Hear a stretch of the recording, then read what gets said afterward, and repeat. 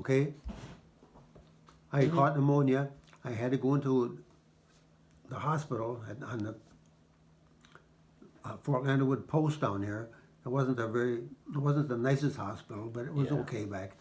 This was early before the Army and Navy got really cleaned up after World War II. But anyway, I got back into my cycle of my troops that I was with, but it took me about 7 days before I could get back in again. So I was assigned odd jobs every day. One day it might have been washing dishes in the kitchen. My day it might have been mopping in the floors in the barracks, or it could have been working in the restrooms. Could have been down at post headquarters helping the janitor. You never know what Yeah. you're going to do. And that lasted 7 days. And then I caught up, or then I got into my cycle again. But all my friends I went in with and everything, they were all gone on, way ahead of me. Yeah. So I just kept on with basic training then, went on to the 8 weeks, and you got you up early in the morning. You did all kinds of calisthenics exercises, and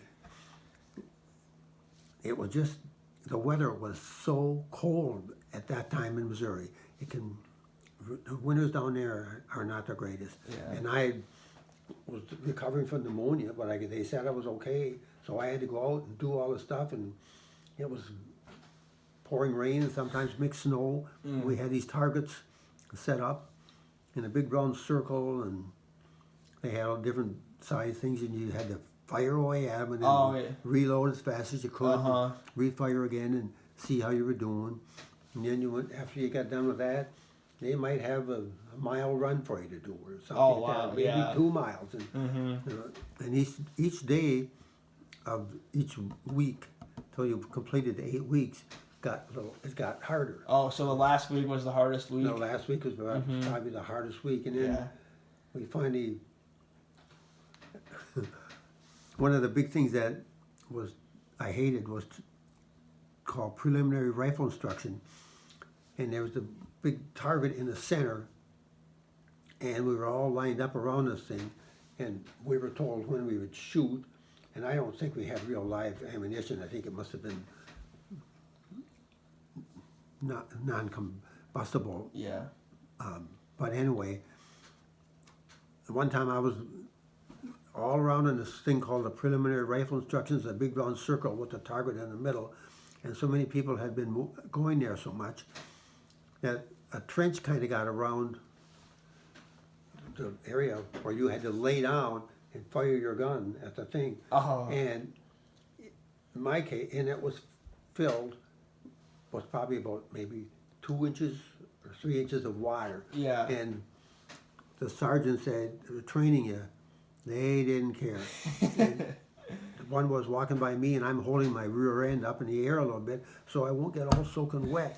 And he stuck and puts his foot right on my back. Oh. Get down. Right in the water? Yeah. You get down there, And you cannot talk back to them or anything. If you do, you're going to end up with extra kitchen police at night. You're going to get some crazy odd jobs to do. Yeah. Cleaning the latrines or whatever. So anyway, where are we at now? So did you find you make any good friends when you were in the Army? I did. I made some. Yes, I did. I don't write to them or talk to them anymore, but I did. I did make some good friends, and but then the thing is that in basic training, you couldn't get too friendly because after 8 weeks, you were all done, and you left those people. Oh yeah. And then they decided where you're going to go. But where'd you go after basic training? Okay, after basic training, I had my choice.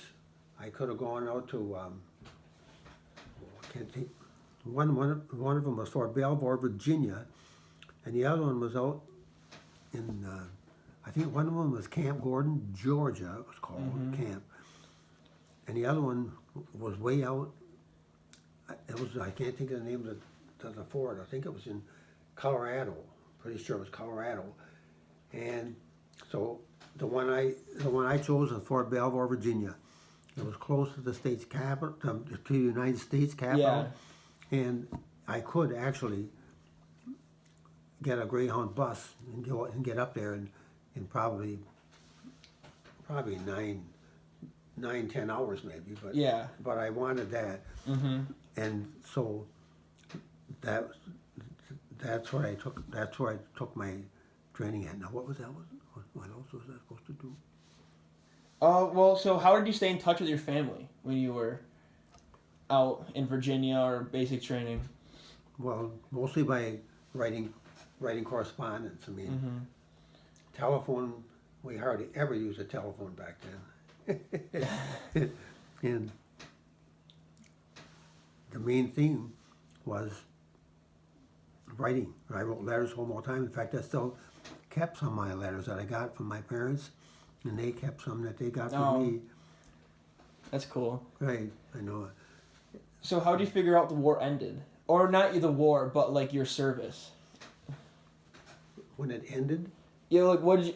I mean, yeah, how would you figure out? Is it just like you had a certain time you had to serve? Well, I had to serve 2 years. 2 years? Yeah, I was in for 2 years, but when I got done with all this training and everything, and I was in the Post Signal Corps, and that's what I got my training in, signals and all that kind of stuff. Yeah. But mainly what I did is I worked in what was called a Post Film Library, and it was loaded with training films for all the soldiers. Oh. And they had to have training, a lot of training exercises went on. And so I was a clerk behind the desk after this.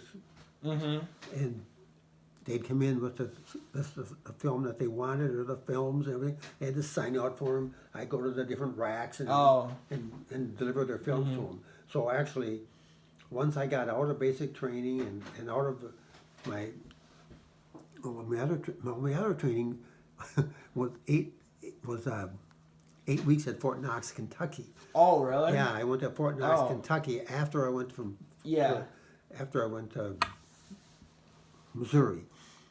And then after I got done at Fort Knox, Kentucky, then I got sent to Fort Belvoir, Virginia. And that was right across from the nation's capital. And what a lively place it was. And after I had about a year or so in something, my training was pretty much all done. And I'd work during the day, but I had a lot of evenings and weekends off. And so do you spend most of your time in Virginia when you were serving, at least? Yep, it would been most of my time was spent in Virginia. Went across into Washington, D.C. an awful lot. It was only what was called the Washington Street Bridge. We go across that. A bunch of different guys had cars. We'd take off and go in there and go someplace, and we just would watch a movie, or we go to some of the museums there. And we just had, actually, after all my training had done and everything, my last year was really a joy. It was fun. I didn't have any problems at all. I got along with everybody. I didn't have any enemies. We had a place where we had our film library and stuff. There was a little court out there with a volleyball net. We played so much volleyball. Every once in a while, some of the guys is in there. Ollie, come on. We're going to go out and play crack a head. That's what they call it. Ball would come down.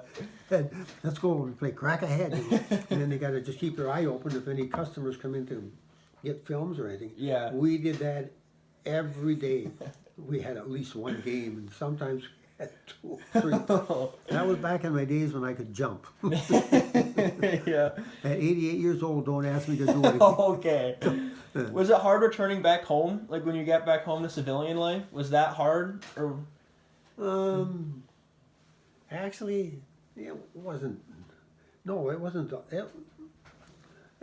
It wasn't bad because my last years in the service were pretty good. Yeah. And when I got back home, and then you already had a college degree too, didn't you? Yes, when you got back. Yeah, I had a college degree, and I I worked in Dearborn, Michigan for about 3 years, working for the Dearborn Public Schools. I was doing all their bookkeeping for them and writing the checks doing the checks on a machine for all the teachers, all that, and that it was so different. It was nothing like the things you got today to make payroll and all that stuff. I had to do each individual check, and still had to do an awful lot of work on paperwork. But yeah, I did that, and after I got out of the service and went back to St. Ignace. Yeah. How much more do you want to? So, one last thing, like, what did you learn from your military experience? What was the biggest thing you learned? Oh, I mean, I just think the biggest thing you learn is to be nice to people, and that most of the time, if you're nice to them, they will be nice to you. And I also learned how good it was to do your physical fitness, keep your exercise up, and I never had any trouble with my weight problems. I never had any trouble with health or anything after I got out of the Army. And I don't know, I think it's about out of the Army about 4 or 5 years, and then I got married. Yep. All right. Well, thank you. Oh, is that enough? Yep, that's good. Okay.